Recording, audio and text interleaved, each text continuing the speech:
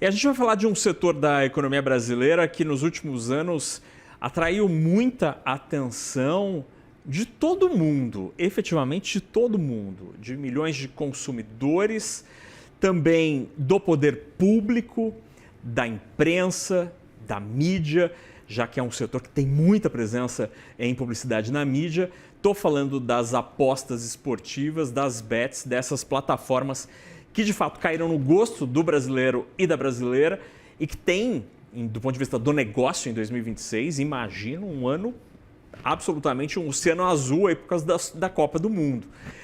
Mas é um segmento que, do ponto de vista do negócio, tem sido alvo de uma série de medidas, às vezes medidas que vão para lá, voltam, uma coisa meio ainda incerta do ponto de vista da regulação.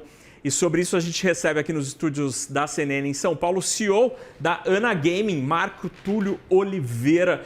A Ana Gaming é uma plataforma que tem ali, opera várias plataformas de apostas. Marco Túlio, obrigado por estar aqui com a gente nos estúdios da CNN. Começando pelo básico, assim, me conta, agora, abril de 2026, qual que é a principal pauta das empresas do setor que tem passado por um escrutínio, né, tanto do ponto de vista legal, tributário, do debate social, enfim, qual que é a grande pauta do setor hoje em 2026? Boa tarde. Legal. Boa tarde, Naca. Boa tarde a todos os telespectadores. Prazer enorme estar aqui com vocês. Acho que o segmento, né, a indústria em si, ela desde o ano passado deveria ter um foco muito grande em como você consegue ajudar a continuar transformando o nosso país a um negócio, mas de fato a gente tem se dividido em várias pautas, né? Você tem todo um negócio, você tem um ano, como você falou, de Copa do Mundo, um ano de oportunidades. A cada 4 anos esse mercado globalmente ele se transforma, ele se enriquece no sentido de ganhar ali mais atração. Mas no Brasil, especialmente, a gente tem o olho no mercado e esse acompanhamento de como que a gente conduz uma nova regulamentação. Então, é uma nova com mudanças, essa incerteza.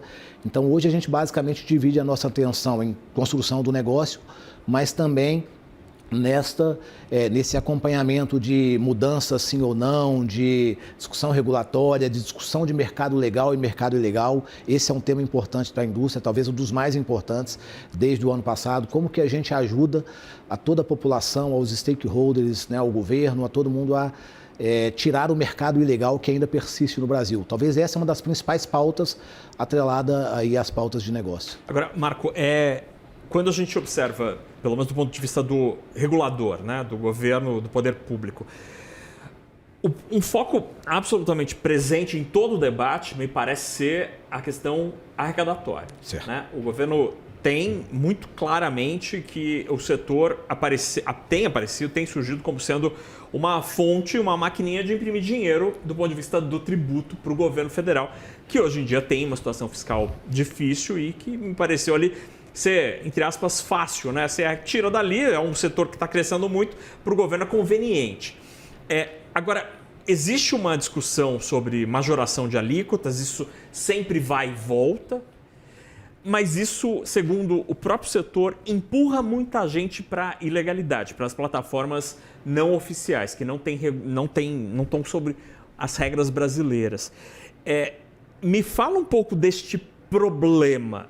Será que o apertar de Brasília nas regras e nas alíquotas pode ser tão forte que empurra as pessoas para um mercado completamente ilegal? Ô, Naka, sem sombra de dúvidas, porque é só a gente olhar o que aconteceu em outros mercados.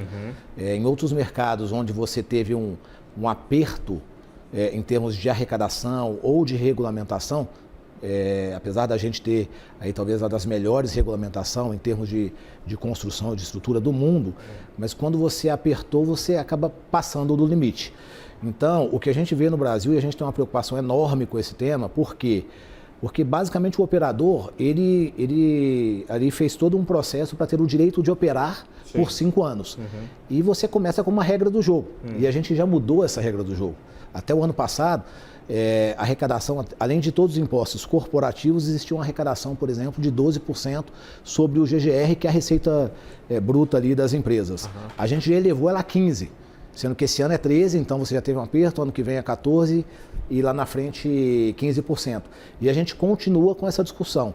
Então acho que este tema é extremamente importante e o caminho que se a gente, né, acho que continua nessa discussão ou tem alguma alteração de arrecadação, a gente acaba indo à propensão ali, ou ao fomento do mercado ilegal.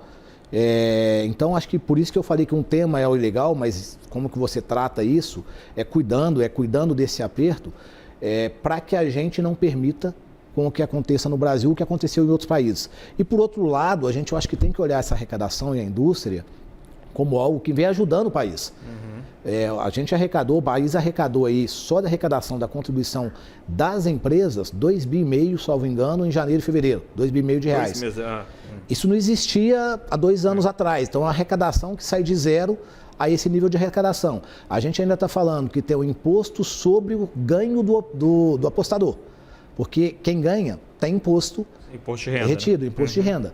Então, a gente, na verdade, está trazendo e já trouxe muita arrecadação, uma arrecadação importante, está gerando emprego, está gerando renda, mas tem que ter esse cuidado. Esse é um dos principais pontos de atenção que a gente tem. Agora, Marco, me explica como que isso aconteceria na prática, porque se um cliente da ANA ou de seus concorrentes, né, dos concorrentes legais, tem lá R$100 e ele decide botar na plataforma ali para a próxima rodada do Brasileirão, para a Copa, enfim. Com um pagamento deste tributo, que hoje as empresas têm e que está nessa escadinha subindo, e que o governo, aliás, até discutiu subir para 18, né? Teve outros números aí rolando. Como é que esse cliente, este apostador, ele vai perceber isso e o que motivaria ele a buscar uma plataforma ilegal?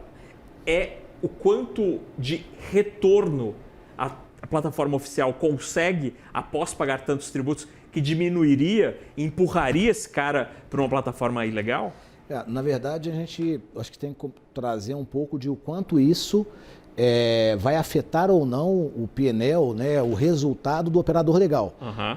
Aqui parece, um business que tem uma arrecadação, né, que gera, falando de ano passado aí, quase 40 bi de GGR gerado pela indústria.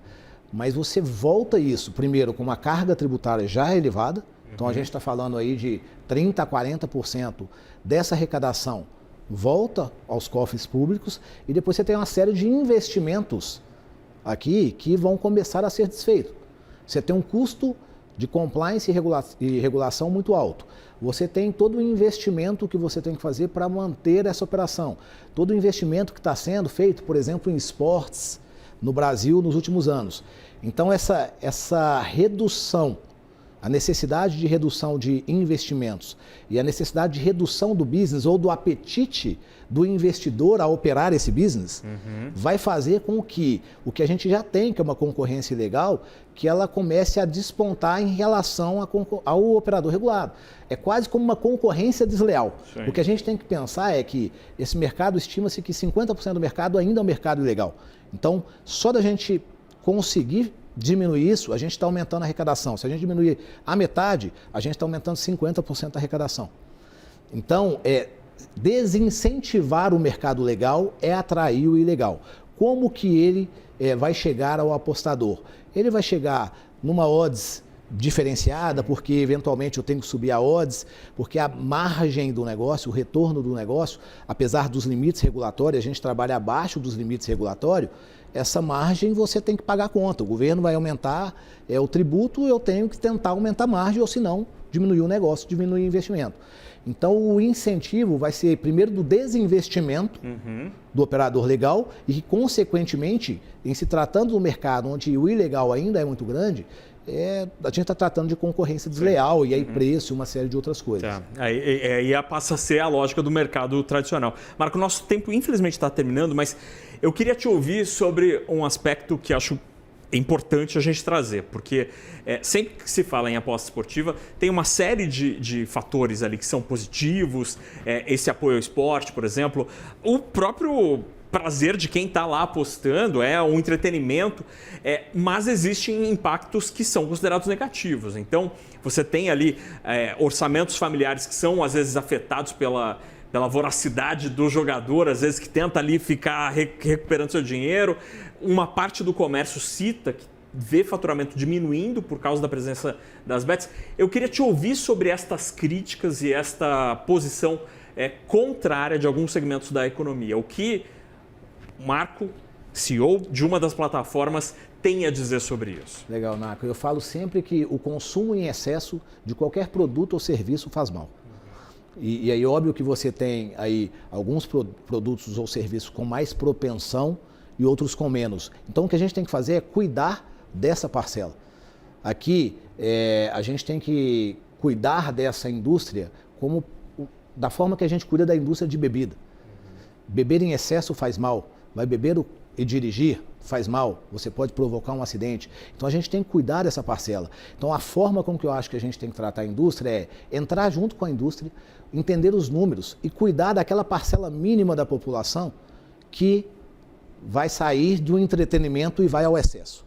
Assim como tem diversas outras. Eu acho que aqui está o grande diferencial. Se a gente, de fato, se juntar e falar, vamos cuidar, igual parte da arrecadação vai para esse cuidado, vamos cuidar. E aí todos os operadores, eu tenho certeza que tem todo o interesse do mundo em ser apoiado nesse cuidado, porque eles já fazem.